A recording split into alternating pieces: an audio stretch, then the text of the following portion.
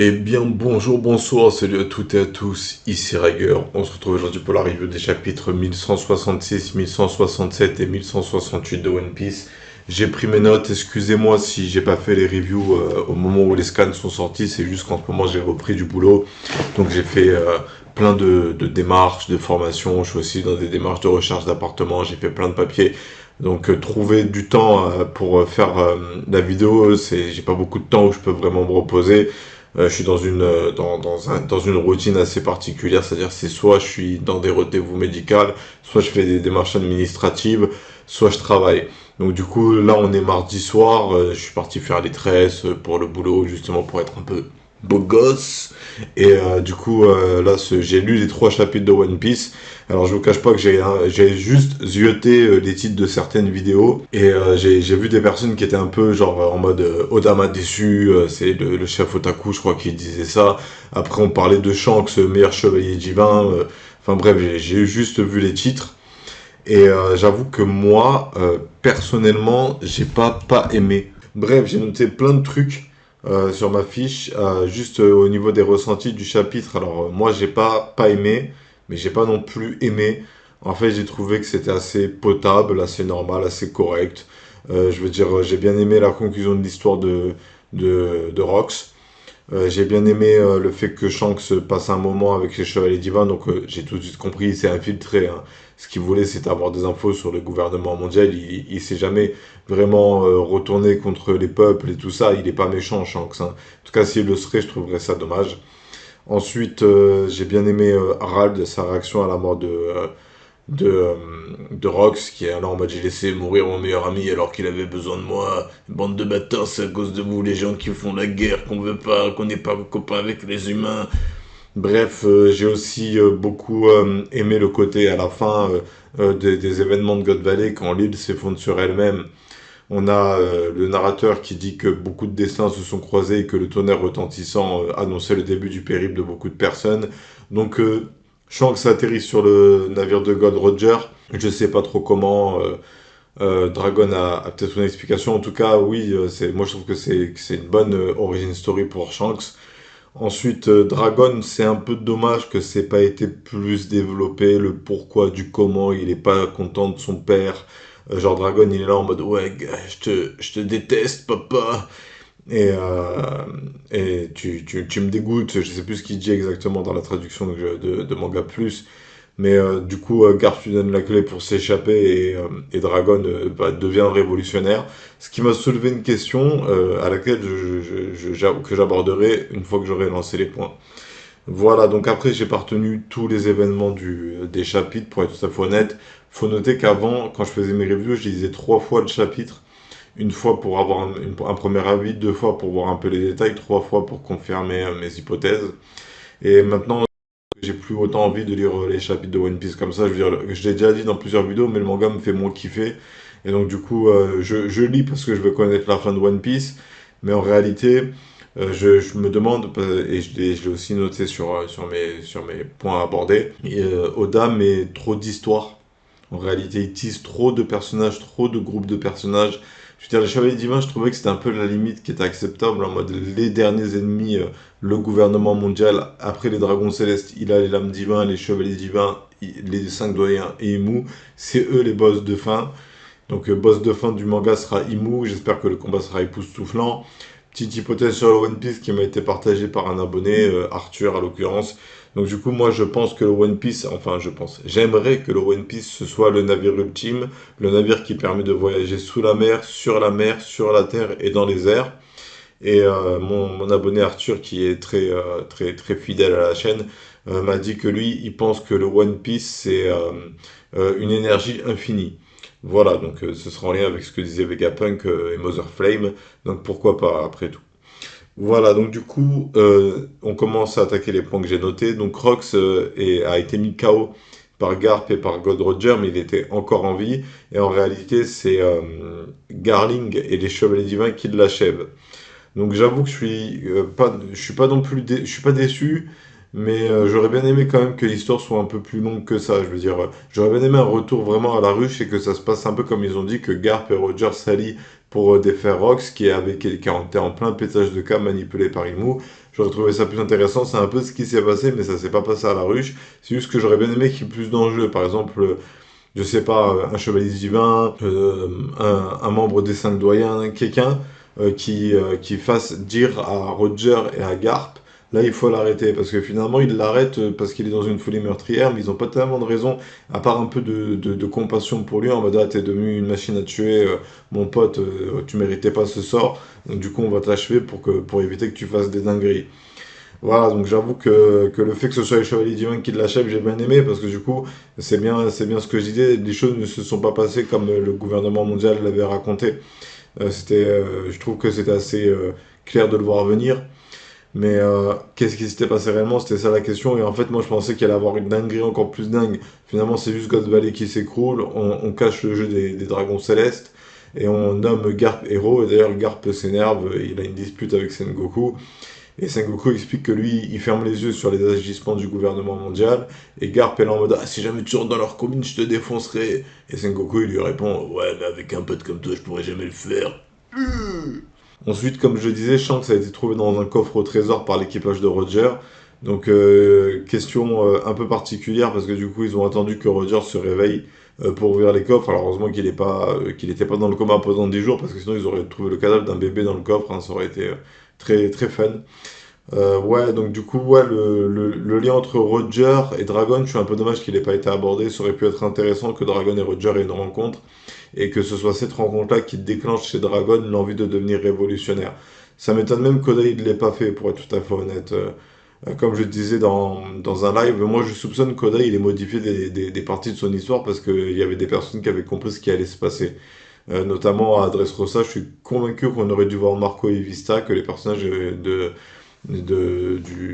l'épéiste avec la moustache et du pyromane était censé être Marco et Vista. Je sais pas pourquoi je sens que ça devait être ça et qu'on devait avoir le retour de l'équipage de Barbe Blanche plutôt que prévu.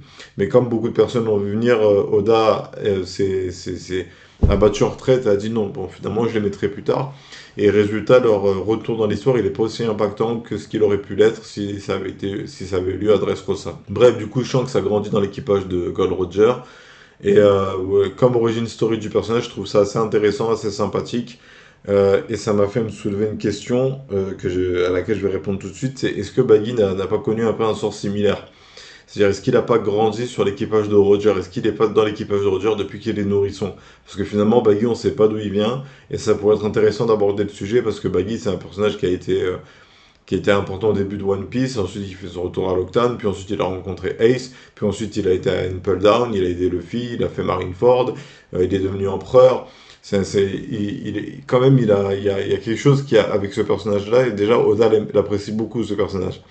S'il nous met autant de Baggy et qu'il le met autant en avant, et que ce soit d'un point de vue comique ou d'un point de vue stylé sans vraiment le vouloir, je pense qu'il y a encore des histoires que Oda veut nous raconter, mais malheureusement, là, il est sur la fin de son manga. Alors, est-ce qu'il ne devrait pas les garder pour faire des spin-offs plutôt? Parce que de toute façon, ils voudront, la Shueisha et Toei Animation, ils voudront continuer à utiliser One Piece. Comme avec Dragon Ball Z, comme avec Naruto. Donc, du coup, Oda va forcément toute sa vie devoir écrire des scénarios One Piece. Donc, autant garder en stock certains personnages, histoire de pouvoir raconter leur histoire, histoire d'avoir des spin-offs géré par Oda qui ne détruirait pas l'œuvre. Ensuite, j'aimerais noter Morgan à la botte du gouvernement mondial, donc le journaliste, hein, pas le méchant du début avec Zoro. Donc Morgan, j'avoue que c'est un personnage un peu mystérieux pour moi. On comprend pas trop quelles sont vraiment ses intentions. Je me rappelle que Chef Otaku disait que peut-être que Morgan rendait service à Luffy en l'aidant à se construire une réputation. Moi, je pense que Morgan, c'est juste un mec qui veut faire le buzz. Un peu comment ça s'appelle, la caricature du gars qui va à tout prix faire des vues, qui va à tout prix être populaire, qui va à tout prix vendre son journal, donc qui serait prêt à raconter n'importe quelle histoire du moment qu'il ne la trouve pas puissante, intéressante et qu'elle fasse réagir les gens. Un peu comme les titres putaclic qu'on a sur Google concernant des articles, et un tel a dit ça sur lui. Vous ne devinerez jamais ce que pense le réalisateur de ce film. Les 50 meilleurs films d'après ce réalisateur connu. Voilà, donc Morgan, il est un peu dans cette lignée. Donc la seule chose, je pense, qui l'intéresse, c'est vendre ses journaux. Et que le monde soit à feu ou à sang, lui, il s'en fout. Quoi qu'il arrive, il s'en sortira. Parce qu'il aura des contacts et il aura de l'influence. Voilà, je voulais juste parler du personnage, histoire de dire que voilà, c'est le petit clin d'œil à Morgan. Parce qu'en gros, Sengoku explique à Garp que le gouvernement mondial a forcément payé Morgan pour qu'il fasse cet article. Donc finalement, Morgan est très satisfait de sa position en tant que propagande du gouvernement mondial. Ça le dérange absolument pas. Ensuite, au bout d'un moment, Rock discute dans un flashback. Dans le flashback, Rock discute avec Loki et il explique à Loki qu'il existe un groupe de guerriers qui s'appelle les Galera, qui seraient des guerriers puissants que Harald pourrait réunir et commander. Et que du coup, Rox pourrait réunir des têtes brûlées à travers les quatre coins du monde, tandis que Harald pourrait réunir ses fameux guerriers, les Galéras, et il pourrait monter une équipe totalement puissante. Donc j'avoue que teaser un groupe d'individus surpuissants, moi ça me plaît pas plus que ça, comme je le disais au début de cette vidéo. Là je pense qu'on arrive à une dose de saturation. Je veux dire, Oda c'est bon, on a compris, t'as plein d'idées, mais finis ton manga, parce que ta santé, ton temps, ton énergie, ta volonté, je veux dire, on a compris, parce qu'au bout d'un moment, Oda disait qu'il était presque à la fin du manga, qu'il était à 70%, mais là j'ai l'impression qu'il y a encore plein d'autres histoires qui vont devoir nous être racontées pour qu'on puisse comprendre les enjeux de la guerre finale pour le One Piece, les différents buts des différents groupes qui se battront pour le One Piece, ce qu'est le One Piece réellement et ce qui se passera après le One Piece, parce qu'il y aura un après Luffy a découvert le One Piece. Il va forcément y avoir un truc du style Luffy découvre le One Piece et après qu'est-ce qui se passe? La conclusion, l'épilogue des histoires de chacun des membres de son équipage. Que ce soit Usopp qui devienne un grand guerrier, que ce soit Nami qui dessine la carte du monde entier, que ce soit Sandy qui découvre All Blue, que ce soit Franky qui navigue, qui crée un navire qui navigue à travers toutes les mers, que ce soit Brook qui retrouve la Boone, que ce soit Zoro qui devient le plus grand épéiste, que ce soit Chopper qui trouve qui continue d'étudier les maladies pour trouver des remèdes, que ce soit Robin qui découvre le poneglyph, et c'est tout. Ouais, là je les ai sous les yeux, donc ça c'est facile de tous les faire. Jinbei et Vivi, on sait pas c'est quoi leur rêve. Juste là pour les fans. Voilà. Ensuite, oui, on apprend que Harald est dévasté par la mort de Rox, comme je disais, en fait, c'est quand il apprend la mort de Rox, il est dégoûté, donc il se vénère contre un géant qui a foutu le bordel, et il se lâche un peu, donc il fait sortir son démon, et il est là en mode, ouais, c'est votre faute, c'est votre faute, c'est votre faute, si les humains, ils ont pas confiance en nous, et moi j'ai laissé mourir mon ami, vous vous rendez compte, vous vous rendez compte. Donc moi, ça m'a pas touché personnellement, la mort de Rox, en fait j'étais un peu déçu, parce que j'aurais vraiment aimé que Rox soit au One Piece en train d'attendre l'équipage qui sera capable de manipuler le One Piece. J'aurais trouvé ça juste trop stylé, en fait. Mais bon, c'est pas trop grave, on verra bien ce que Oda nous réserve avec le One Piece. Je voulais juste noter que voilà, donc j'ai eu ce moment, ça m'a touché, ça m'a un peu touché quand même, parce que voilà, Harald, il se bat pour le bien de son peuple, et il évite d'avoir des mauvaises fréquentations pour que son peuple ait une chance de rejoindre le gouvernement mondial pour profiter des bienfaits du commerce, du tourisme et de l'échange culturel. Et donc le voir autant investi dans cette mission et voir ce qu'il a perdu pour la mener à bien, j'avoue que ça me touche un peu et ça montre à quel point le gouvernement mondial est vraiment un gouvernement de bâtards. Et ça me soulève la question, comment est-ce que ces bâtards ont-ils réussi à atteindre le pouvoir et comment ont-ils réussi à le conserver? Il faudrait vraiment une bonne explication, genre des sortes de propagande, il faudrait peut-être un arc qui se concentre sur les articles de journal de Morgan, parce qu'à chaque fois qu'on parle du journal de Morgan, on parle de, ouais, les primes, ouais, un article sur Luffy.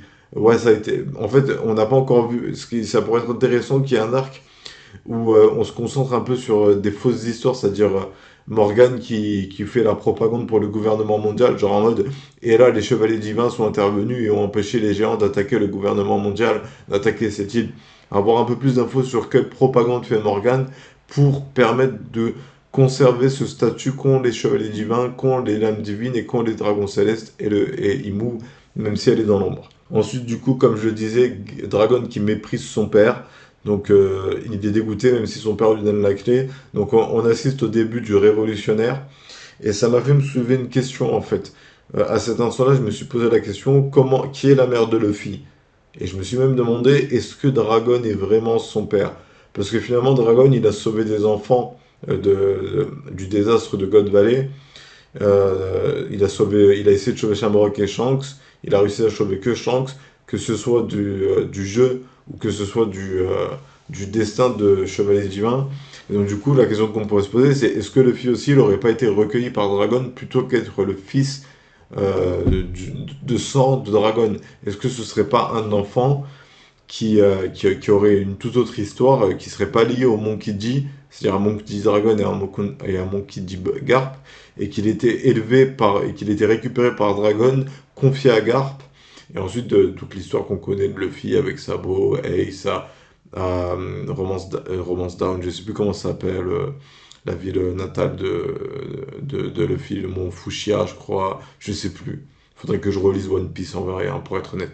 J'ai prévu de le faire, hein, de relire les premiers tomes et de me refaire tout One Piece, d'acheter toute la collection au passage. Mais bref, on n'y est pas encore. Et ensuite, à la fin du chapitre 1166, Harald est tellement prêt à faire la paix euh, pour les géants auprès du gouvernement mondial qui se rend au gouvernement mondial, qui s'arrache les cornes et qui dit je suis prêt à devenir votre esclave si vous me laissez une chance de montrer que Herba vaut le coup, que vous l'intégriez au gouvernement mondial.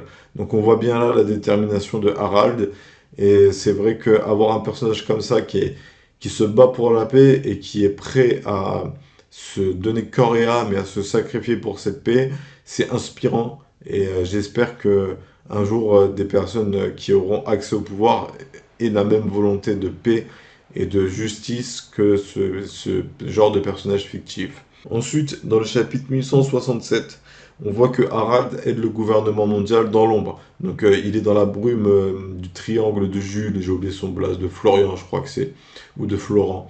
Et il détruit les bateaux pirates pour le compte du gouvernement mondial dans l'ombre. Donc il s'affiche pas en mode j'aide le gouvernement mondial, je suis un géant qui aide le gouvernement mondial. Sûrement qu'à cette période-là, le gouvernement mondial n'était pas encore convaincu qu'il pouvait avoir à sa botte les géants. Donc du coup, ils n'ont pas officialisé leur partenariat avec Harald. On verra que toute l'histoire tourne autour de ce partenariat, hein. Et du coup, oui, assez stylé, même le fait d'évoquer que beaucoup de personnes n'ont jamais vu de géant. Ils ont du coup assisté à l'intervention d'un géant qui détruit des navires. C'est assez traumatisant et impactant. Et ça rappelle à quel point c'est vrai qu'à une époque dans One Piece, au début de One Piece, Grand Line, ça nous était vendu comme étant le monde sérieux de la piraterie, le haut level de la piraterie. Et c'est là où moi j'étais un peu déçu parce que le Nouveau Monde s'était vendu comme étant le classement légende de la piraterie. Et finalement, bah, les îles, elles sont pas si ouf que ça. Finalement, les îles qu'on a explorées, à part Pencasar, qui avait deux climats différents, il n'y a pas de problème climatique, alors que le Nouveau Monde nous était utilisé comme et dans le Nouveau Monde, c'est le bordel, les pirates font la loi. Et finalement, bah, il n'y a pas tellement eu comment dire, on a vu des hiérarchies avec Doflamingo, avec Big Mom et avec Kaido. Il y avait de la hiérarchie, ça c'était bien pensé, la hiérarchie. Mais au niveau du climat et du rôle de chaque membre de l'équipage, c'est-à-dire que ce soit Nami en tant que navigatrice, que ce soit Sanji en tant que cuistot, que ce soit Usopp en tant que canonnier sniper, en fait voilà, on n'a pas pu voir vraiment de ce nouveau monde qui nous avait été vendu. Bref, on a Gold Roger entre-temps qui a fait le tour de Grand Line, et comme je le disais, je me posais la question parce que sur l'image on voit Baggy et Shanks en train de faire la fête, et je me suis posé la question, mais au final, d'où vient Baggy? Parce qu'on ne sait pas comment il a été recruté. Surtout que quand Shanks arrive sur le navire de Gold Roger, Gold Roger est déjà dans le Nouveau Monde. Il fait des allers-retours d'île en île, il se balade et après il découvre le One Piece. Et donc du coup, Baggy pourrait peut-être venir du Nouveau Monde. Et peut-être que Baggy aussi appartiendrait, parce qu'en plus il a le nez rouge. Ça, ce serait assez comique, je pense, d'expliquer que le nez rouge de Baggy vient du fait que Baggy, lui aussi, il est d'une lignée un peu secrète et un peu maudite, comme ont pu l'être les Devi. Et donc, du coup, voilà, après, je m'attends pas à ce que Baggy soit un porteur du D, hein, ce serait dommage.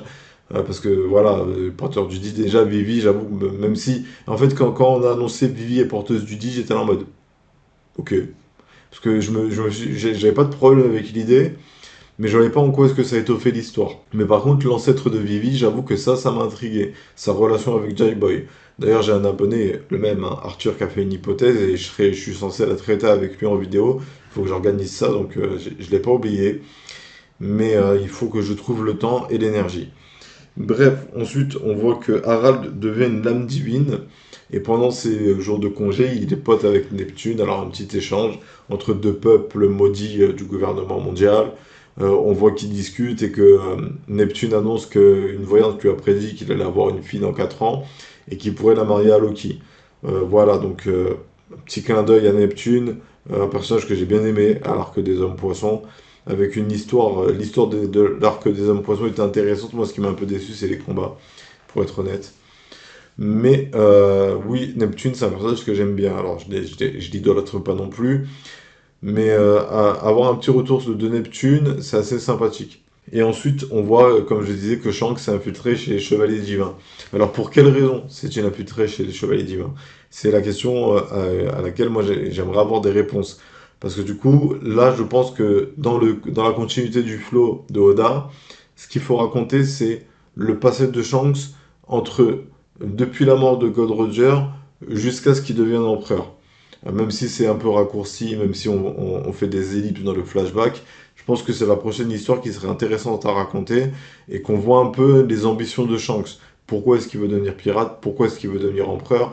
Moi, je pense qu'il est animé par une volonté de justice. Peut-être qu'il est au courant de ce que racontent les néoponéglyphes, le néoponéglyphe, hein, c'est-à-dire l'ensemble de tous les ponéglyphes, et qu'il aimerait apporter plus de justice à ce monde et permettre à chacun de vivre en paix. Moi, j'aimerais que Shanks reste un personnage honorable et bienveillant envers le monde. J'ai pas envie qu'on me dise c'est un méchant, parce que je trouve que ça détruirait un peu tout le personnage.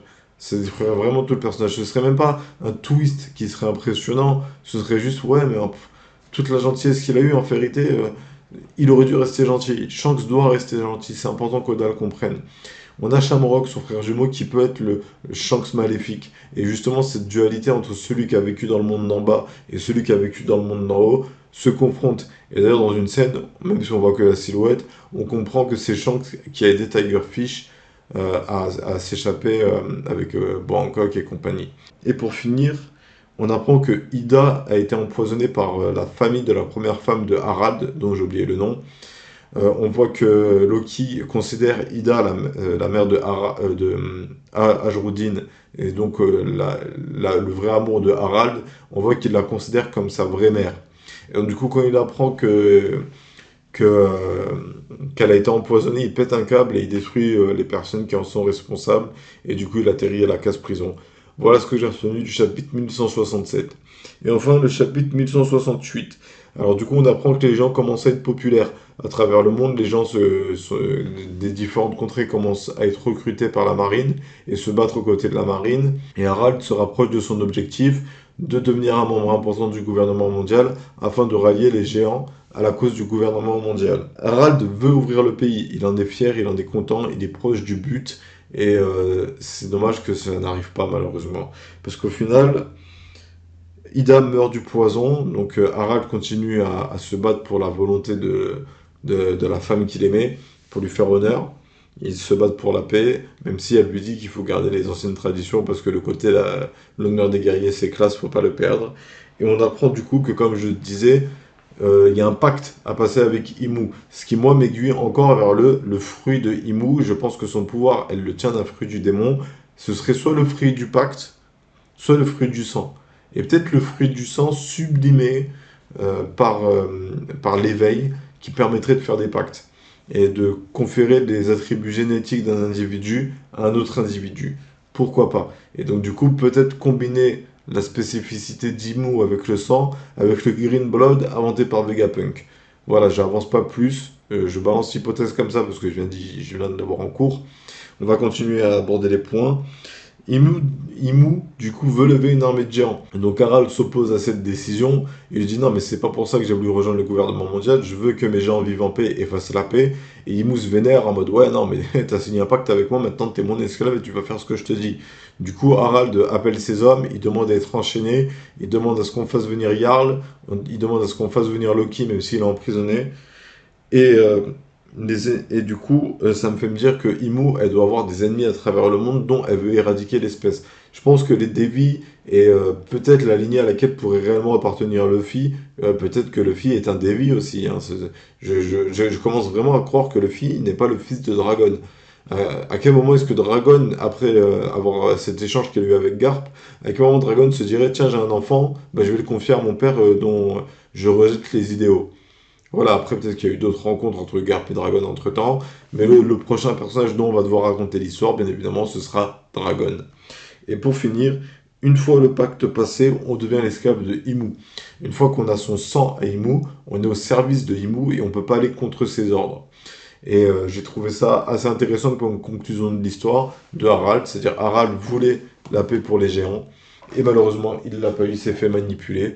Imu voulait juste lever une armée de géants pour avoir encore des meilleurs soldats que la marine, et peut-être même détruire la marine parce qu'il commençait à y avoir des dissidents, et finalement quand elle a vu que Harald n'était pas prêt à suivre cette voie, elle s'est dit ah bon, je vais quand même garder la marine. Voilà, voilà, voilà. Donc du coup, c'est tous les points que j'ai notés concernant la lecture de ces 3 chapitres.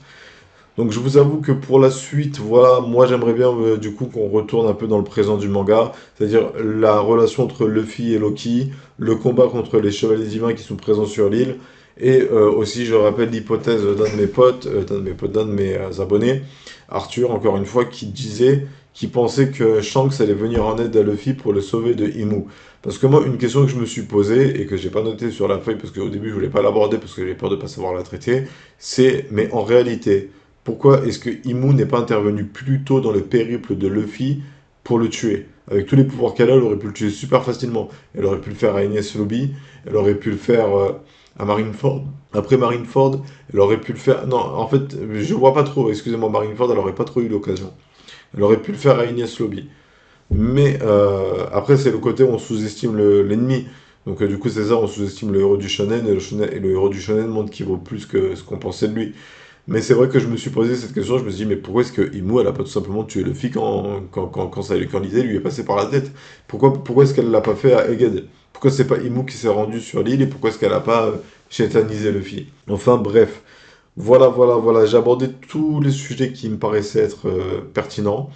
Donc du coup, pour les prochains chapitres, fin du flashback, retour dans le présent, le combat contre les chevaliers divins, j'espère que Oda va quand même nous dessiner des combats assez palpitants, avec des enjeux qui me feront monter la tension, qui sera capable de nous mettre le doute de est-ce que ça va quand même mal se finir pour certains personnages, est-ce que Agward Isauru, qui a survécu finalement à la destruction d'Ohara, alors qu'il avait été gelé par Aokiji. Et est-ce qu'il va pas perdre la vie dans cet arc-là? Enfin bref, voilà, je vois pas plus de choses à dire pour être honnête. J'ai balancé toutes mes idées, j'ai balancé toutes mes hypothèses. Je pense que il y a assez d'infos. On va s'arrêter là pour aujourd'hui. C'était Riger. Si cette vidéo vous a plu, n'oubliez pas le like, n'oubliez pas de vous abonner. Et juste petite info que j'ai oublié de vous dire au début de la vidéo. Finalement, si j'atteins le stade monétisation, je monétiserai mes vidéos afin d'empêcher YouTube de monétiser mes vidéos sans mon consentement. Parce qu'il pensait, il a eu ce problème, il avait décidé de ne pas monétiser ses vidéos sponsorisées et finalement bah, elles ont été over monétisées par YouTube. Et donc du coup, si un jour j'atteins le stade de monétisation, bah, je monétiserai mes vidéos, mais je serai très léger en termes de pub. Hein. Déjà, je ne pense pas faire de sponsorisation si un jour j'en ai l'occasion parce que je déteste ça. Et la monétisation de YouTube, ce sera juste une pub au début de la vidéo. Bref, c'était Riger, je vous remercie d'avoir suivi cette vidéo. N'hésitez pas en commentaire à partager vos hypothèses, à dire ce que vous avez pensé de ces chapitres. Et sur ce, je vous souhaite à tous une très bonne journée, une très bonne soirée, une très bonne après-midi. Et je vous dis à bientôt pour plus de vidéos. Tchuss!